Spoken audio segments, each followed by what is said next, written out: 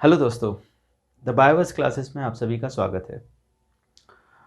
दोस्तों, आज का हमारा टॉपिक है difference between plant cells and animal cells. पादप कोशिका और जंतु कोशिकाओं में अंतर। अब देखिए, ये जो टॉपिक है ये आप में से कई स्टूडेंट्स के लिए काफ़ी कंफ्यूजिंग होगा, बिकॉज़ बहुत सारे ऐसे स्ट्रक्चर्स हैं जो प्लांट सेल्स में प्रेजेंट है लेकिन एनिमल सेल्स में नहीं है, या जो एनिमल सेल में प्रेजेंट है वो प्लांट सेल्स में नहीं है।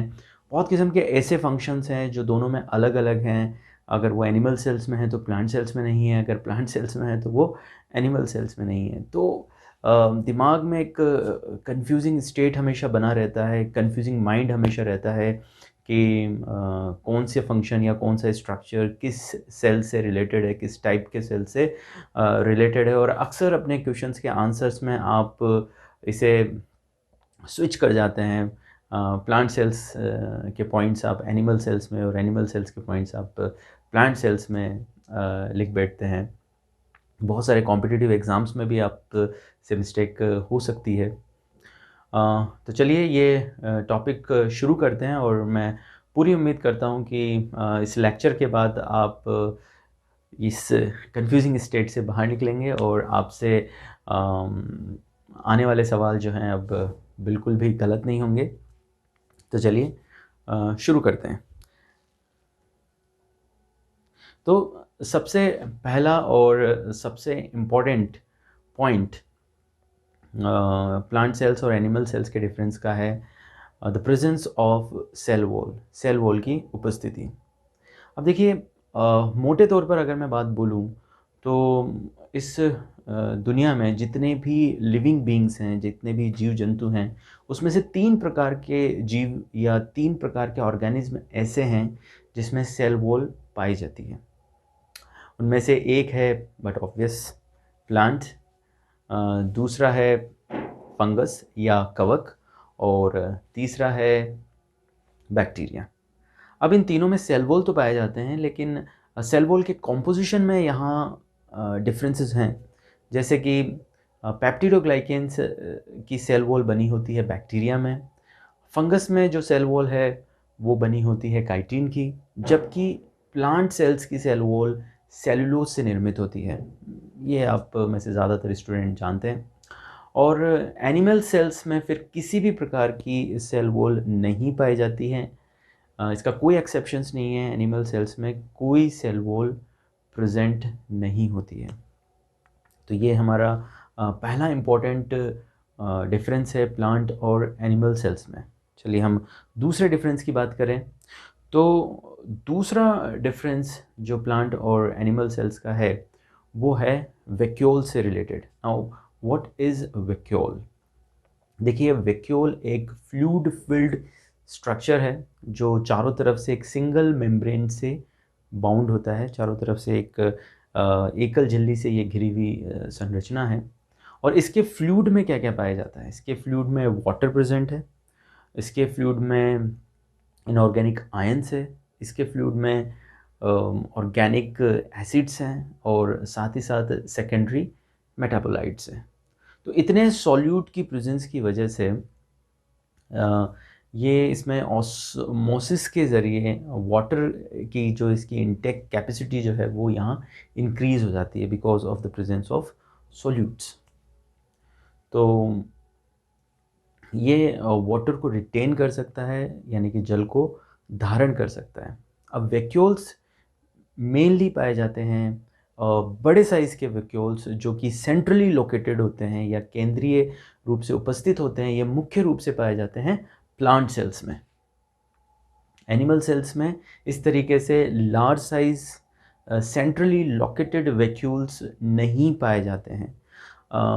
एनिमल्स में, कुछ एनिमल सेल्स में आपको छोटे साइज़ के वैक्यूल्स देखने को मिलते हैं, कॉन्ट्रैक्टाइल वैक्यूल्स लाइक, जो कि आपको कुछ प्रोटिस्ट में जैसे अमीबा, पैरामीशियम, इन सब में देखने को मिल सकता है। मेन रोल इनका ऑस्मो रेगुलेशन में होता है, लेकिन अतिरिक्त जल को या एक्सेस वाटर को सेल से बाहर की तरफ निकालने में इनका एक रोल होता है। कॉन्ट्रैक्टाइल वैक्यूल्स छोटे साइज़ के वैक्यूल्स होते हैं जिन्हें पल्सेटिव वैक्यूल्स भी कहा जाता है। लेकिन कोई बड़े साइज़ की centrally located vacuoles animal cells में नहीं पाए जाते हैं। वहीं प्लांट सेल्स में इस तरीके के वैक्यूल्स पाए जाते हैं, और क्योंकि इनके अंदर वाटर रिटेनिंग कैपेसिटी होती है, ये वाटर को रिटेन कर सकते हैं, इसी वजह से ये सेल एनलार्जमेंट में एक इम्पॉर्टेंट रोल प्ले करते हैं। कोशिका की स्फीति बनाते हैं, कोशिका की टर्जिडिटी को बनाए रखते हैं, टर्गर प्रेशर को इंक्रीज़ करके, बिकॉज़ ये वाटर को होल्ड करते हैं। तो ये बात हुई रिक्तिका की। और हाँ, एक इम्पॉर्टेंट चीज़ मैं रिक्तिका के बारे में और बता दूँ। रिक्तिका या वैक्यूल की जो मेम्ब्रेन है उसको भी एक स्पेसिफिक नाम दिया गया है, उसे कहा जाता है टोनोप्लास्ट। तो इस प्रकार की रिक्तिका या लार्ज साइज़ वैक्यूल केवल प्लांट सेल्स में प्रेजेंट होते हैं, लेकिन एनिमल सेल्स में ये नहीं पाए जाते हैं। चलिए तीसरे पॉइंट की तरफ हम मूव करते हैं, तीसरे डिफरेंस की तरफ हम मूव करते हैं। तीसरा मेजर डिफरेंस जो प्लांट और एनिमल सेल्स में है वो है प्रेजेंस ऑफ प्लास्टिड्स। प्लास्टिड्स जिसे हिंदी में लवक भी कहा जाता है, ये प्लास्टिड्स पाए जाते हैं प्लांट्स में, ना कि एनिमल्स में। अब एक प्रकार का प्लास्टिड जिससे आपसे सबसे ज़्यादा परिचित हैं, उसे हम कहते हैं हरित लवक या क्लोरोप्लास्ट। लेकिन केवल एक ही प्रकार का प्लास्टिड नहीं पाया जाता है प्लांट्स में। इसके अलावा कुछ और भी प्रकार के प्लास्टिड्स होते हैं, जैसे क्रोमोप्लास्ट और ल्यूकोप्लास्ट। क्लोरोप्लास्ट ऐसे प्लास्टिड्स होते हैं जो फोटोसिंथेसिस के लिए जितने भी इसेंशियल पिगमेंट्स होते हैं, like chlorophyll A, chlorophyll B, उन सबको ये उन सबको ये कंटेन करता है। वो सब इस प्रकार के जितने भी प्रकाश संश्लेषी वर्णक होते हैं वो सब क्लोरोप्लास्ट के अंदर पाए जाते हैं।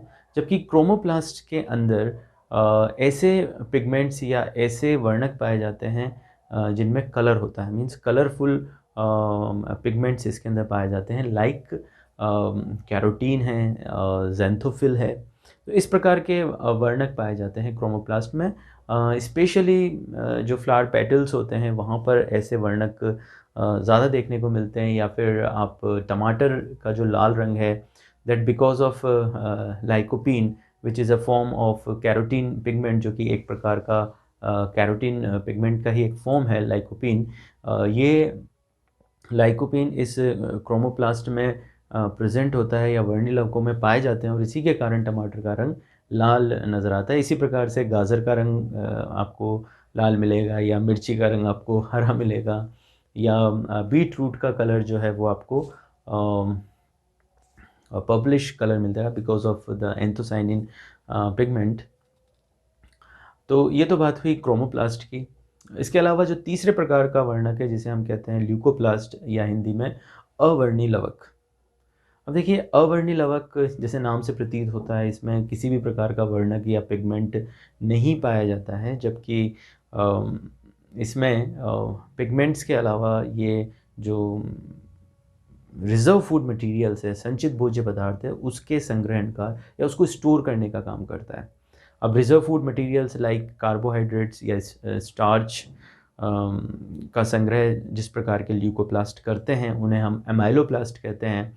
प्रोटीन के को संग्रहित करने वाले ल्यूकोप्लास्ट को हम एल्यूरोप्लास्ट कहते हैं, जबकि वसा को संग्रहित करने वाले प्लास्टिड्स को हम इलियोप्लास्ट कहते हैं। इसके अलावा अक्सर वो पौधे जिनको प्रकाश की प्राप्ति ढंग से नहीं हो पाती है फोटोसिंथेसिस के लिए, आपने देखा होगा कि उनकी पत्तियां पीली पड़ जाती है, दैट बिकॉज ऑफ इटियोप्लास्ट। तो इटियोप्लास्ट एक इस प्रकार का प्लास्टिड होता है जिसमें ना तो वर्णक यानी कि पिगमेंट्स पाए जाते हैं, और ना ही वो किसी स्टोरेज फूड मटेरियल को स्टोर करके रखता है। इस कारण से इनकी पत्तियां पीले रंग की हो जाती है। चलिए अब बात करते हैं प्लांट सेल्स और एनिमल सेल्स के नेक्स्ट इम्पॉर्टेंट डिफरेंस की, और ये डिफरेंस है प्रेजेंस ऑफ सेंट्रोसोम्स।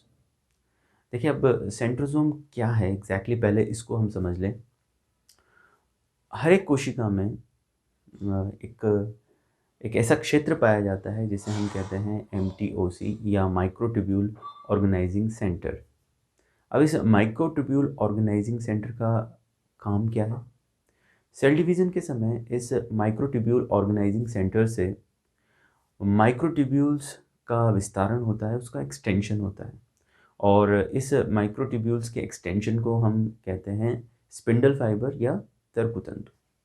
अब ये तर्कतंतु कोशिका विभाजन के समय गुणसूत्रों के या क्रोमोसोम्स के काइनेटोकोर रीजन से आकर के अटैच्ड होते हैं, जो कि उनके सेंट्रोमियर पर प्रेजेंट होता है, और उसके बाद ये तर्कतंतु गुणसूत्रों को मेटाफिजिक प्लेट पर अरेंज करने में हेल्प करते हैं।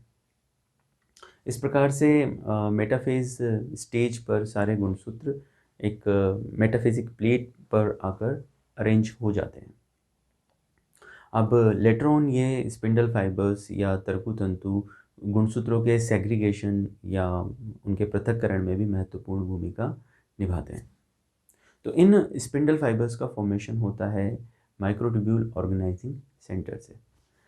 अब देखिए यहाँ एनिमल सेल्स और प्लांट सेल्स में थोड़ा सा डिफरेंस है एमटीओसी में, कि एनिमल सेल्स के एमटीओसी के भीतर दो बैरल शेप्ड स्ट्रक्चर्स मिलते हैं जो एक दूसरे के परपेंडिकुलर, इस प्रकार से परपेंडिकुलर या समकोण स्थिति में व्यवस्थित होते हैं। अब ये बैरल शेप्ड स्ट्रक्चर्स का जो सरफेस है, जो आउटर सरफेस है, ये 9 माइक्रोट्यूब्यूल ट्रिपलेट से फॉर्म होते हैं, और हर एक ट्रिपलेट में 3 ट्यूब्यूलिन प्रोटीन्स पाए जाते हैं। इनके नाम है ए ट्यूब्यूल, बी ट्यूब्यूल्स और सी ट्यूब्यूल्स। तो इस तरीके से 9 माइक्रोट्यूब्यूल ट्रिपलेट्स इस बैरल शेप स्ट्रक्चर्स का सरफेस फॉर्म करते हैं। इसे 9+0 अरेंजमेंट भी कहा जाता है। तो इस प्रकार के जो बैरल शेप स्ट्रक्चर्स है, जिन्हें हम सेंट्रियोल कहते हैं, एक पेयर सेंट्रियोल का या एक जोड़ा सेंट्रियोल का प्रेजेंट होता है एमटीओसी के अंदर एनिमल सेल्स में, बट ये सेंट्रियोल्स प्लांट सेल्स में प्रेजेंट नहीं होते। अब MTOC plus that one pair of centriole, collectively इस स्ट्रक्चर को हम कहते हैं सेंट्रोसोम या तारक काय। तो इसीलिए हम ये बात बोलते हैं कि तारक काय या सेंट्रोसोम्स एनिमल सेल में तो प्रेजेंट है, लेकिन ये प्लांट सेल्स में प्रेजेंट नहीं है। अब ये सेंट्रियोल हमेशा एक कंट्रोवर्सी में रहा है, बिकॉज कुछ साइंटिस्ट का ये मानना है कि सेंट्रियोल स्पिंडल फाइबर्स के फॉर्मेशन में इम्पोर्टेंट रोल प्ले करते हैं, पर ऑन द कॉन्ट्ररी अगर आप प्लांट सेल्स को देखें तो वहाँ सेंट्रियोल एब्सेंट है, और ऐसे एनिमल सेल्स जहाँ किसी कारणों से सेंट्रियोल विलुप्त हो जाता है या नष्ट हो जाता है, तो वहाँ उन दशाओं में भी स्पिंडल फाइबर्स का फॉर्मेशन होता है। तो ये हमारा एक इम्पॉर्टेंट डिफरेंस हुआ प्लांट सेल्स और एनिमल सेल्स का, कि सेंट्रोसोम्स या तारक काय उपस्थित होता है एनिमल सेल में, लेकिन अनुपस्थित होता है प्लांट सेल में। अभी हम चलते हैं हमारे नेक्स्ट डिफरेंस पर, और वो नेक्स्ट डिफरेंस है the form of reserve food material, यानी कि संचित भोज्य पदार्थ का स्वरूप ये प्लांट सेल्स में किस प्रकार का होता है और एनिमल सेल्स में ये किस प्रकार का होता है। तो देखिए, प्लांट सेल्स में जो संचित भोज्य पदार्थ है मुख्य रूप से वो है स्टार्च, यानी कि जो मेन रिजर्व फूड मटेरियल है इसका वो स्टार्च है। स्टार्च ये ग्लूकोज के पॉलीमर हैं, और अगर हम एनिमल सेल्स की बात करें तो एनिमल सेल्स में जो मेन स्टोरेज फूड मटेरियल है वो है ग्लाइकोजन। ह्यूमन बीइंग में या दूसरे एनिमल्स में ये मेनली लिवर में और मसल सेल्स में पाए जाते हैं ग्लाइकोजन, और glycogen again is a polymer of glucose. कुछ माइनर से इसमें डिफरेंसेस होते हैं जो आने वाले वीडियो में हम जिन पर डिस्कस करेंगे। तो मैं एक बार फिर से ये बता दूं कि प्लांट सेल्स में रिजर्व फूड मटेरियल संचित भोज्य पदार्थ स्टार्च होता है, जबकि एनिमल सेल्स में रिजर्व फूड मटेरियल ग्लाइकोजन होता है और फैट होता है। यस ऑफ कोर्स, फैट, इसके बारे में तो मैं बताना ही भूल गया। फैट जो हमें अक्सर मोटा कर देता है, फैट जो आप में से और इंक्लूडिंग मैं भी नहीं चाहता कि हमारे अंदर ज़्यादा जमा हो। आइए हम बात करते हैं नेक्स्ट डिफरेंस की। और नेक्स्ट डिफरेंस एक्चुअली एक फंक्शनल डिफरेंस है जो प्लांट और एनिमल सेल्स में पाया जाता है, और वो डिफरेंस है द फॉर्मेशन ऑफ सॉरी वो डिफरेंस है साइटोकाइनेसिस। देखिए, cytokinesis is a part of cell division. अब सेल डिवीज़न को आप दो स्टेजेस में बांट सकते हैं। पहला स्टेज हम कह सकते हैं कैरियोकाइनेसिस, जिसमें न्यूक्लियस में प्रेजेंट डीएनए या क्रोमोसोम्स का डिवीज़न होता है, उसका सेग्रीगेशन होता है। और दूसरा पार्ट है इसका, या दूसरा स्टेज है इसका, साइटोकाइनेसिस। एक बार जब न्यूक्लियस डिवाइड हो जाता है तो उसके बाद जो साइटोप्लाज्म है सेल का, वो भी इक्वली डिस्ट्रीब्यूट होता है। तो आफ्टर साइटोकाइनेसिस हम ये कहते हैं कि सेल डिवीज़न का प्रोसेस कंप्लीट हो गया। अब साइटोकाइनेसिस एनिमल सेल्स और साइटोकाइनेसिस इन प्लांट सेल्स दोनों में थोड़ा सा वेरिएशन है। अगर हम एनिमल सेल्स की बात करें तो एनिमल सेल्स में वो जगह जहाँ पहले सेल डिवीज़न के टाइम पर, या कैरियोकाइनेसिस के टाइम पर, जब मेटाफिजिक प्लेट का फॉर्मेशन हुआ। मेटाफिजिक प्लेट एक्चुअली वो इमेजिनरी लाइन है जहाँ पर क्रोमोसोम्स मेटाफेज में, जहाँ पर क्रोमोसोम्स आकर के middle of the cell arrange होते हैं। तो उस लाइन को हम कहते हैं मेटाफिजिक प्लेट, या उस प्लेन को हम कहते हैं मेटाफिजिक प्लेट। तो उस मेटाफिजिक प्लेट पर या मेटाफिजिक प्लेट के नज़दीक एक फरो डेवलप होता है, एक खांच का निर्माण होता है। जैसे कि अगर ये हमारी वो सेल है और ये मेटाफिजिक प्लेट है, तो यहाँ पर एक फरो डेवलप होगा, इस तरीके से एक खांच बनेगी, और वो खांच धीरे धीरे धीरे धीरे धीरे धीरे गहराती जाएगी और अंततः आकर के मिल जाएगी। और जैसे ही वो खांच मिलेगी, वो एक सेल दो सेल में डिवाइड हो जाएगा। तो बहुत ही सिंपल सा प्रोसेस है एनिमल सेल्स में। मेटाफिजिक प्लेट पर या उसके नज़दीक एक फरो या एक खांच डेवलप होगी, जो धीरे धीरे गहराती जाएगी और आखिर में जाकर के मिल जाएगी, जिससे कि एक सेल दो सेल में डिवाइड हो जाएगा। ये तो बात हुई एनिमल सेल्स की। अगर हम बात करें प्लांट सेल्स की, तो देखिए प्लांट सेल्स में इस तरीके का कोई फरो का फॉर्मेशन नहीं होता, बट हाँ, उसमें भी सेल्स में वो प्लेन जहाँ मेटाफिजिक प्लेट कभी डेवलप हुई थी, ठीक उसी जगह गोल्जी बॉडीज़ से फॉर्म हुए कुछ वेसिकल्स हैं, जिसमें सेल वॉल को प्रोड्यूस करने वाले raw materials like calcium pectate, magnesium pectates वगैरह पैकेज कर दिए जाते हैं, या जिसमें उसकी पैकेजिंग होती है। ऐसे वेसिकल्स आकर के उस जो मेटाफिजिक प्लेट है वहाँ पर आकर के अरेंज होना शुरू करते हैं। तो वो एक बार अरेंज हो जाते हैं, और अरेंज होने के बाद फिर वो वेसिकल्स आपस में फ्यूज़ हो जाते हैं और मिलकर के एक लार्ज वेसिकल आप कह सकते हैं वो फॉर्म करते हैं। और फिर उसी जगह पर धीरे धीरे सेलुलोजिक सेल वॉल का फॉर्मेशन हो जाता है। तो इसे हम जनरली सेल प्लेट के नाम से, या हिंदी में मध्य पटलिका के नाम से भी इसे पुकारते हैं। तो इस प्रकार से प्लांट सेल्स के अंदर कोई फरो का फॉर्मेशन नहीं होता, बल्कि उसमें एक सेल प्लेट का, मिडिल लेमिला का या मध्य पटलिका का उसमें निर्माण होता है, और इस प्रकार से इसमें साइटोकाइनेसिस कंप्लीट होती है। तो उसके बाद हम मूव करते हैं हमारे सेकंड लास्ट डिफरेंस पर, जो कि है presence of plasmodesmata. Now what is plasmodesmata? Plasmodesmata basically plant cells में पाए जाते हैं, जबकि एनिमल सेल्स में प्लाज्मोडेस्माटा एब्सेंट होते हैं। अभी प्लाज्मोडेस्माटा होते क्या हैं?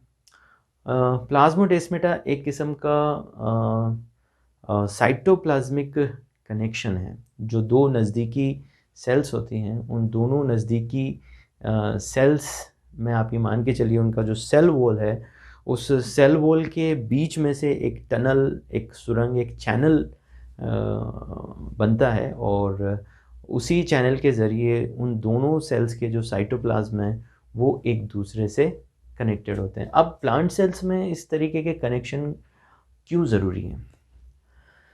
इसका जवाब मैं इस वीडियो में नहीं दूँगा। आने वाले वीडियोज़ में आपको इसका जवाब मिलेगा जब हम फिज़ियोलॉजी वगैरह पढ़ेंगे। वहाँ पर समझेंगे कि प्लाज़्मोडेस्माटा का रोल क्या है और क्यों नज़दीकी प्लांट सेल्स के साइटोप्लाज़्म का आपस में जुड़ना ज़रूरी है।